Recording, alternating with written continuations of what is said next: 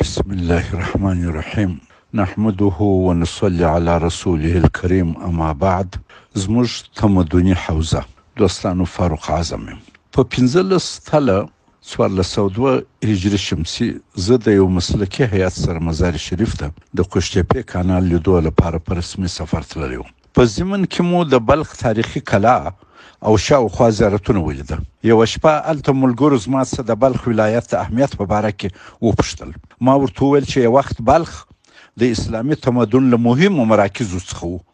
دا سیمه د امورود دا غاړه او ها غاړه دواړه د ډیرو جیدو علماو د نشونما ځای و چې د اسلامي تمدن په غنا کې مهم رول لوبولی دی. د امورود جنوب زموږ خواته امام قتیبه، ابن سینا، ابو ریحان البیرونی، ابراهیم ادهم، ناصر خسرو، ابو شکور بلخی، دقیقی بلخی، عنصری بلخی، مولانا جلال الدین بلخی، ابو نصر فارابی، علی کاشفی، سعد الدین تفتازانی، علی قاری، امام سرخسی، نور الدین عبدالرحمن جامی، امام فخری رازی، خواجه عبدالله انصاری، علی شیرنوایی او په زرو نور علماء کرام. او د عمود رود ها غاړه کې چې ماورانه هرتو ورته ویل کېدی، امام ترمیزی، امام بخاری، امام احمد شیبانی، ابو بکر مسعود الکاسانی، فاطمه بنت محمد سمرقندی، ابو علی قوشجی،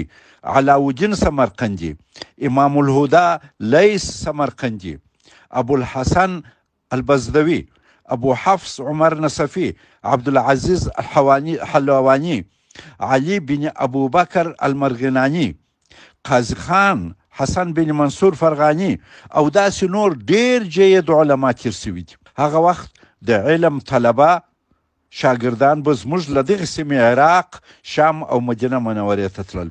علوم یې هلته زده کول، بیرته وطن ته راتلل او دلته یې خپل زده کړی علم او د اسلام نور خپراوه. د علم دغه نور له مرکزي ایشیا او افغانستان څخه د هند پراخې وچې ته وړل کېدی.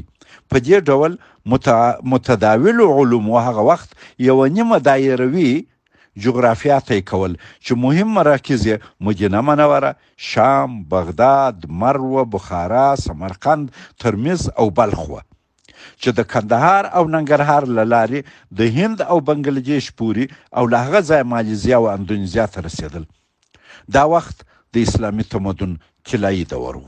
دوستانو، پارس یا اوسنی ایران هغه وخت مسونی و چې د مرکزي ایشیا او غربي ایشیا یعنی زموږ او عربو ترمنځ پل و. خو داسې کسان په فارس کې وه چې نه وه خوشحاله چې عربو فارس پاته کوي او د دغه ځای خلک یې مسلمانان کړه. د هغوی خپله زړه د سردشت او کوروش لار خوښه وه. په اسلام خوابدې وه، بیا خصوصا چې د عربو په لاس ورته راغلی و. دا ځکه دوی د عربو سره په خپل ګاونډ کې اوږد تاریخ درلود او پر هغو یې ځان لوړ ګاڼه. د سلطان محمود غزنوي د دربار یو نوموتی فارسي شاعر فردوسي د عربو مسلمانانو سره خپل دغه عقده او عناد نه پټوي او په خپل مشهور شاهنامه کې وایي: عرب هرچه باشد مرا دشمن است، کج اندیش و بدخوی و اهریمن است. چو بخت عرب بر عجم چیره گشت، همو روز ایرانیان تیره گشت. جهان را دیگرگونه شد رسم و راه، تو گویی نتابد دیگر مهر و ماه. ز می نشه و نغمه از چنگ رفت، ز گل عطر و معنا ز فرهنگ رفت. ز شیر شتر خوردن و سوسمار، عرب را به جای رسیده است کار که تاج کیانی کند ارزو. توفو بر تو ای چرخ گردون توفو. دریغ است ایران که ویران شود، گمنام پلنگانو شیران شود. د پارس یا اوسنی ایران تر مسلمانېدو 815 کال وروسته په ایران کې صفویانو په 1501 میلادي کې سیاسي واک ونیوی او شیعه مذهب د خپل حکومت رسمي مذهب اعلان کړ. له همدغه وخته زموږ د عظیم اسلامي تمدن فکري اتحاد او علمي جغرافیې ته سخته صدمه رسېدلې ده. په ایران کې صفوي شیعه مذهب حاکم سو چې د سني اسلام سره بنیادی اختلاف درلود او هغه چا چې پارس مسلمان کړی و حضرت عمر رضی الله عنه ملګری هغوی یې تر ټولو خپل لوی دشمنان وبلل. دغه بنیادي عقیدوي نوی متفاوت هیواد د مسلمانانو ترمنځ یو غټ فرهنګي دیوال جوړ کړي. د ایران ختیځ خواته مرکزي ایشیا، افغانستان او د هند لویه وچه تر مالیزیا او اندونیزیا پورې، او د ایران غرب خواته بیا ترکیه او ټول عرب له عراق تر شام، مصر او المغرب پورې د شیعه ایران له خوا سره جلا سول. دغه فرهنګي دیوال د ټول اسلامي امت ترمنځ د علمي او فرهنګي تبادلې لړۍ او ارتباط په ټپه ودروه. د دغه دیوال بد اثر پر ټولو مسلمانانو وسو. څرنګه چې ایران د خپل جغرافیه شرق او غرب دواړه خواته اسلامي نړۍ سره جلا کړې وه، نو د مرکزي ایشیا او افغانستان طالب علمان د علم د حصول دپاره عربو ته نسوای تللی. دا ځکه په مخ کې شیعه ایران پروت و چې د سنیانو په دښمنۍ کې راپورته سوی و. له بلې خوا د قدرت په سر داخلي جنګونو او په مرکزي ایشیا د روسانو مسلسل فشارونو او یرغلونو بالاخره په دغه فرهنګي غني سیمه کې د اسلامي تعلیماتو پخوانی روند ډیر سست او رونق ډیر ورپیکه کړي. مرکزي ایشیا په فرهنګي لحاظ تجرید او ګاونډي وروسته پاتې سوه چې کرار یې نیول. دغه وخت کې هندوستان د مغولو تر واک لاندې ارام و. له ناچاره زموږ ځوانانو د بغداد او شام پر ځای د دیني علومو د حصول لپاره هندوستان ته مخ کړي چې په فرهنګي او ثقافي لحاظ له عربو ډیر متفاوت و. په هند کې شاګردانو له هندي استادانو درس زده کاوه چې مورنۍ ژبه عربي نه وه، بلکې هغوی په خپله له بل چا په دوهم دریم لاس عربي زده کړې وه. همداراز هندوستان کې فرهنګي او ثقافي محیط هم د عربو په شان و. ډېر فرق یې درلود. د عربانو محیط مسلمان و، په داسې حال کې چې په هندوستان کې هندو په لوی اکثریت او مسلمان په ډېر اقلیت کې و. په عربو کې اسلامي ثقافت او کلتور حاکم و، خو په هندوستان کې هندو فرهنګ بالادست و. عرب د اروپا سره ګاونډیانو او په یورپ کې عصري علومو ټکنالوژي انکشافاتو پر دوی هم لږ ډېر اثر کاوه. په داسې حال کې چې دغسې اثر په هندوستان کې زموږ پر طالب علمانو هیڅ نه و، بلکې بد یې هم ځینې راتله. سربیره پر دغه څرنګه چې انګریز له مسلمانانو په هند کې حکومت نیولی و، نو د انګریزانو سره د مسلمانانو جوړه نه وه. هلته د عصري علوم او ټکنالوژي سره چې د انګریزانو مال او د هغوی د استعمار وسیله وه، د هند مسلمانانو او دیني علماو حساسیت و. هغوی ویل انګریز له دغه لارې د هند په وچه کې خپلې پښې ټینګوي او اسلام چې دلته بې له هغه تر فشار لاندې دی له منځه وړي. څومره چې انګریزانو پر دنیوي علومو اصرار کاوه او د اسلامي عقیدوي علومو د تضعیف کار یې کاوه، تر هغه ډېر اسلامي علمای کرامو د عقایدو او مذهبي علومو پر زده کړه ډېر اصرار کاوه او دنیوي علوم یې د دیني مدرسو له تعلیمي نصابه ایستل. انګریزانو پر هندوانو نسبت مسلمانانو ته ډېر اعتماد کاوه. په هغوی عصري علوم زده کول چې د دوی په دفترونو او دولتي کارونو کې مرسته ورسره وکړي. که له یوې خوا اسلامي علما بنا پر شرایطو د عصري علومو زده کړې ته توجه نه کول، له بلې خوا انګریزان هم خوښ وه چې مسلمانان عصري علوم زده نه کړي او که یې زده کوي د دوی تر نظر لاندې یې زده کړي. په دغسې شرایطو کې په هندوستان کې اسلامي علماو د خپل دین د ساتلو په لار کې ډېر زحمت ایستی او د ځینو داسې تدابیرو په نیولو مجبور وه چې په عربو کې د داسې تدابیرو نیولو ته هیڅ اړتیا نه وه. مثلا د هندوستان په یو کلي کې چې 95% هندو و، مسلمانانو ته د خپل دین د ساتلو لپاره ډېر احتیاط او مزید تقوا پکار وه.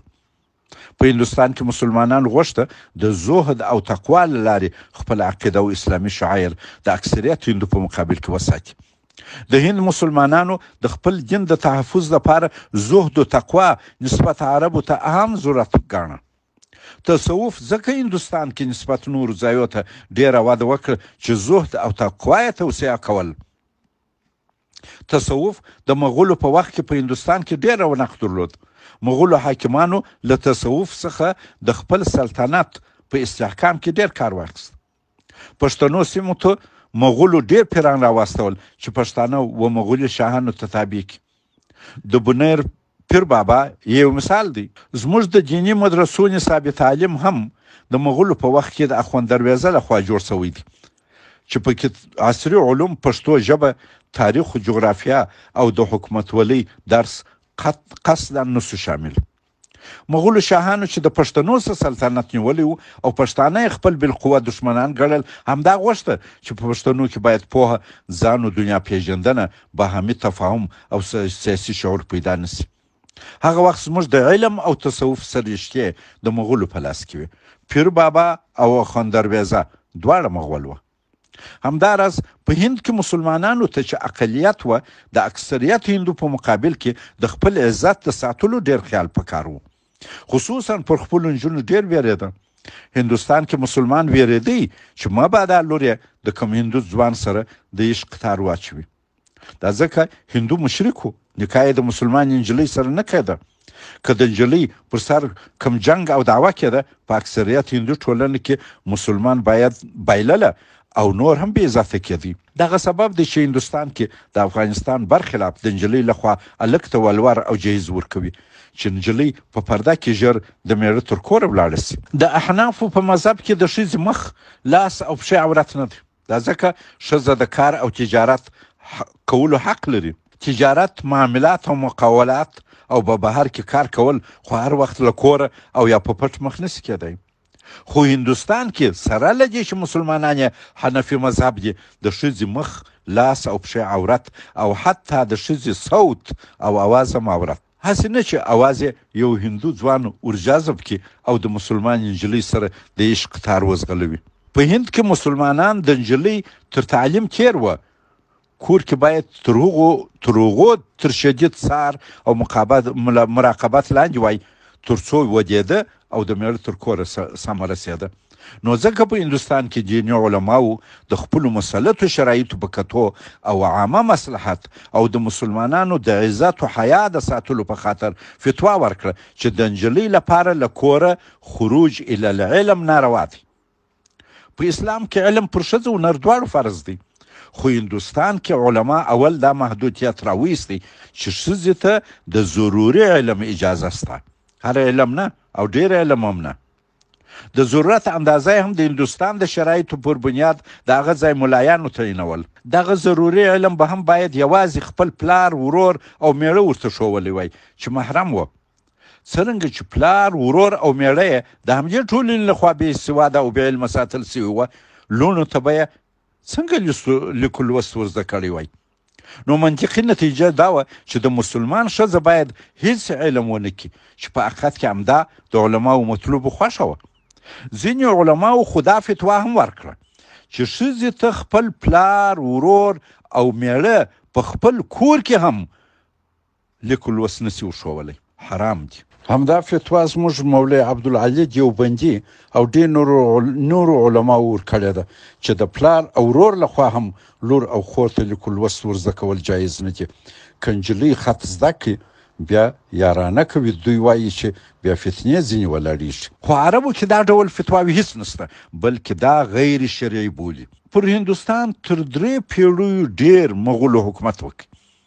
هغوی د خپل تسلط د استحکام په منظور تصوف، رهبانیت کشف کړي.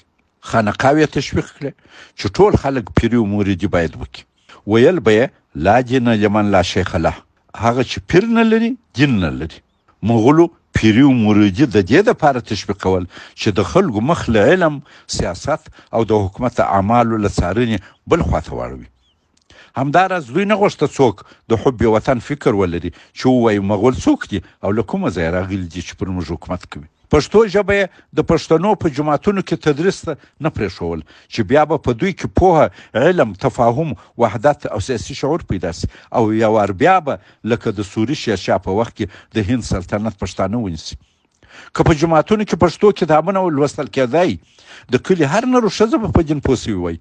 شاګردانو به خپل مور و پلار ته په خپله ژبه دیني کتاب ویلی. دا ونه سوه. په یوس کې په جوماتونو کې فارسي رواجول د مغولو په ګټه وه. یو خو د پاچا او حاکم فرمان و هدایت په لوستل کېدی، او له بلې خوا د کلي په خلکو کې دیني و ټولنیزه پوهه تر جومات اخوا کورونو کې نه خپرېده. همداراز دیني طالب العلم به 8 کاله هغه زاړه یوناني منطق ویل چې نه به استاد سم پوهېدی او نه به یې شاګرد پوه کولی سوی. د وخت ضیاع به وه. خط خو حتی زما تر کوچنیوالي په جوماتونو کې ضروري نه و. خط یې فن باله چې د علم وخت باید په ضایع سوی نه وی. زما د طالبۍ په وخت کې بېسواد ملا پر لیکوال ملا ځان بهتر ګاڼه. دا ځکه وخت یې لکه هغه بل په فن کې نه و ضایع کړی. دغه سبب و د اکثریت ملایانو خط نه و زده او د عصري علومو سره خو هېڅ اشنا نه وه. دوستانو، مغولو 1,000,000 فوج درلود چې اکثر مسلمانان وه. هغوی یو بېسواد او نالوستي فوج ته ضرورت درلود چې پر هره خوا یې ورهۍ کې ولاړ سي. دغه سبب دی چې هند کې مسلمانان په تعلیم کې تر هندوانو ډېر وروسته پاتې سوه. زموږ طالب علمانو هند کې په دغسې یو فضا کې تعلیم کاوه او په همدغه تعلیم و تربیه او روحیه بیا وطن ته راګرځېدل او له هغه ځایه راوړی فرهنګ یې دلته تطبیق کاوه. تر مغولو وروسته چې انګریزانو هندوستان ونیو، هغو هم د مغولو سیاست تعقیب کړي چې مسلمانان د عصري علوم نه وایي او که وایي د دوی تر څار لاندې وایي. مسلمانه ښځې بیخي سبق نه وایي. د تصوف په بېلاري کولو کې انګریزانو سخت تلاش وکړي. خرافات یې د دین په نوم پکښې شامل کړي. هغسې معجزې یې چې له پیغمبرانو چا نه وې لیدلي په پیرانو پورې ور وتړلې. خپله یې هم پیران جوړ کړه او هر ځای ته خصوصا پښتنو سیمو ته چې خطر یې ډېر ورسره احساساوه واستول. د خپلو صادر سوي پیرانو لپاره ډېر تبلیغات وکړه. د عوامو پر ذهن یې دومره کار وکړ چې د شرعي علومو مدرس ملا به د چرسي پیر لاسونه ورمچول. دا ځکه یو مدرس ملا هغه معجزه نه درلوده کومه چې چرسي پیر درلوده. زما په کوچنیوالي به موږ په کندهار کې دغه ځله ډېر ویل. په ناکوده کې ښه آغا دی، هم صاحبزاده دی، هم ملا دی، مړی ژوندی که دا رښتیا دی، په ناکوده کې ښه آغا دی. ناکوده کې د کندهار په پنجوایي ولسوالۍ کې ده یو کلی دی. هغه وخت دا مشهوره وه چې کله اذان وسي د ناکودک آغا صاحب به د کلي پر مات دیوال کښېنست، مار به یې قمچینه کوي او لمونځ به یې مکې شریف ته رساوه. تر اوسه د دغه ذهنیت ریښې په پښتنو کې ښه محکمې دي. همدا اوس په اسلامي امارت کې چې شریعت حاکم دی، تاسې داسې تبلیغات او پیغامونه د پیرانو لخوا اورئ چې د شریعت سره بالکل مخالف دي، خو څوک یې د مخنیوي جرأت هم نه لري. دوستانو، په عام ډول په هر ځای کې د انسانانو طرز تفکر د خپلې کورنۍ، تعلیم و تربیه او چاپېریال محصول دي. زموږ طالب العلمان چې به هندوستان ته ولاړه، طبعا د هغه ځای د ماحول او محیط اثر پر و چیرې چې هندو ثقافت او انګریز سیاست حاکم و. زموږ ځوان چې به مولوي سو او له هندوستانه به وطن ته راوګرځېدی، هماغه له هندو ثقافت او انګریزي سیاست متاثره تربیه به یې له ځان سره راوړه او په خپل سل په سل مسلمانه ټولنه کې به یې هغه تطبیقول. دلته به وروسته پاته کلیوال ذهنیت او له هندوستانه متاثره برداشت دواړه سره را یو ځای سوه او بالاخره یو د بل به سره سمیټ سوه. دا رواج به بیا هیڅ داعی او مصلح نسوه اصلاح کولی. موږ پښتانه ټینګ حنفي مذهب یو، حتی د ضرورت په وخت کې هم د بل مذهب څخه د استفادې جرأت چندانې نه کوو. خو که د امام صاحب تعلیمات، امام ابي حنیفه رحمت الله تعلیمات زموږ د کلیوال منحت ذهن او د هند څخه د متاثر فرهنګ سره په ټکر کې وي، بیا موږ خپل رواج معتبر ګڼو. مثلا د افغانستان په غرنیو سیمو کې ښځې ټوله ورځ د غرو په درو او شیلو کې بوټي ټولوي او په پټیو کې کار کوي او ماښام کور ته راځي. دا بد کار نه دی. خو که همدغه ښځه د خپل کور څنګ ته په امن محیط کې مدرسې ته د دین د زده کړې لپاره ولاړه سي، بیا روانه ده. هغه چې په شیلو کې ورکه ده، کلیوال رواج اجازه ورکوي او دا بل ته اجازه نه ورکوي. بله خبره، په اسلام کې په بدۍ یا قمار کې ښځه ورکول حرام دي، خو زموږ کلیوال منحت ذهنیت روا کړی ده او ملا صاحب یې نکاح ورتړي، خوشحالي په کوي، مبارکي ورکوي. امید امارت فرمان صادر کړي چې تر دې وروسته ملا صاحبان د دغسې نکاح تړلو څخه منع کړي. له بلې خوا په تېرو څو پیړیو کې له دیني علماو د افغانستان د حاکمانو بیره زموږ کلی او ملا دواړه د هېواد د ټولنیز او سیاسي بهیر لرې وساتل. دغو ټولو عواملو زموږ ملا او کلی د عصر له کاروانه ورځ په ورځ شاته پاته کاوه. د ښار او کلي ترمنځ فکري واټن د وخت په تېرېدو ډیر شو. دغه حالت زموږ یو شمېر دیني علما متحجر وروزل، ابتکار، اجتهاد او د بیان ازادي ورته مهجوره او ناشنا کړه. لکه په هندوستان کې چې به مسلمانانو ته ویل کېده چې دنیوي تعلیم مه کوئ، د آخرت ښادي مو په کمیږي. همدا اوس هم یو شمېر علما موږ ته وایي چې دنیوي علوم ضرور نه دي.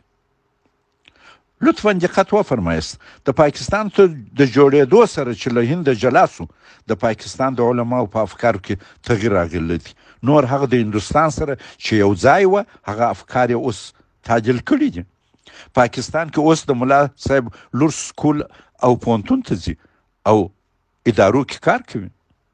دا ځکه نور د دوی سره د هندو اکثریت د فرهنګ د تأثر ویره نشته. د پاکستان مفتی اعظم مولانا تقی عثماني امارت ته لیکلي دي چې نجونې د تعلیم او ښځې د کار ته پرېښول شي، خو زموږ ملا صاحب دا نه مني. دا ځکه زموږ ملا صاحبان د هغو ملایانو کتابونه ویلي دي کوم چې د هند تر ویش د مخه تیر سوي دي. په دې ډول د ایران شیعه کېدل زموږ د اسلامي تمدن حوزه سخته باده متاثره او متضرره کړه.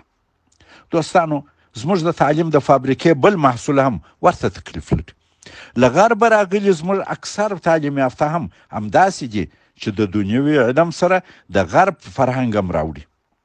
د دوی ځینې د طب، زراعت، انجینري، اقتصاد او نورو علومو څنګ ته دوی د غرب بېدیني او بد اخلاقي دلته راوړي او خپروي یې.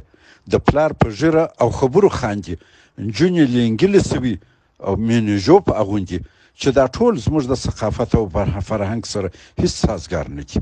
لکه په هند کې چې اکثر ملایانو پان او نسوار کول او زموږ ملا دغه مکروه تحریم عمل د ځان سره له هندوستانه افغانستان ته راوړی دي، داسې د غرب تعلیم یافته بیا د شرابو عادت د ځان سره له غربه راوړی دي. لکه زموږ دیني علما چې له هندوستانه راوړی فرهنګ دلته نسي تعدیلولی، همداسې زموږ د غرب تعلیم یافته ځان د خپلې ټولنې سره نسي عیارولی. په نتیجه کې د دواړو تعلیم یافته طبقې څخه زموږ ولس د ژوند په ځینو مهمو ساحو کې کړیږي، د یوه له افراط او د بل له تفریط څخه. دغه لوی ضرر موږ ټولو ته تر ډېره حده د شیعه ایران له موجودیته را رسېدلی دی چې زموږ او عربي نړۍ ترمنځ رابطه قطع کړه او هندوستان، نامسلمان هندوستان او نامسلمان غرب ته د علم د حصول لپاره اړ کړو.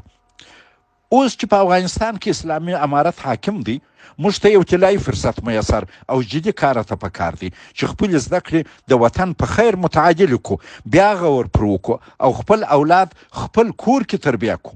موږ باید پر خپل نصاب تعلیم کره کتنه وکړو. موږ یو متعادل، متوازن او د نورو له منفي اثراتو خلاص تعلیمي نصاب او درسي نظام ته ضرورت لرو. دیني او عصري مدارس باید په تدریج سره مدغم سي. اوس موږ باید د اسلام د اصولو او رښتوني حنفي مذهب په چوکاټ کې د عصر د تقاضا سره سم وچلیږو او مخ په وړاندې ولاړ سو او دا موجود نظام چې په ډیرو قربانیو لاسته راغلی دی دا غنیمت وګڼو، د دې دپاره صادقانه کار وکړو او د پردیو له فرهنګي یرغله یې خلاص او وساتو. والسلام علیکم ورحمت الله وبرکاتو. دا پیغام دوې نورې برخې هم لري.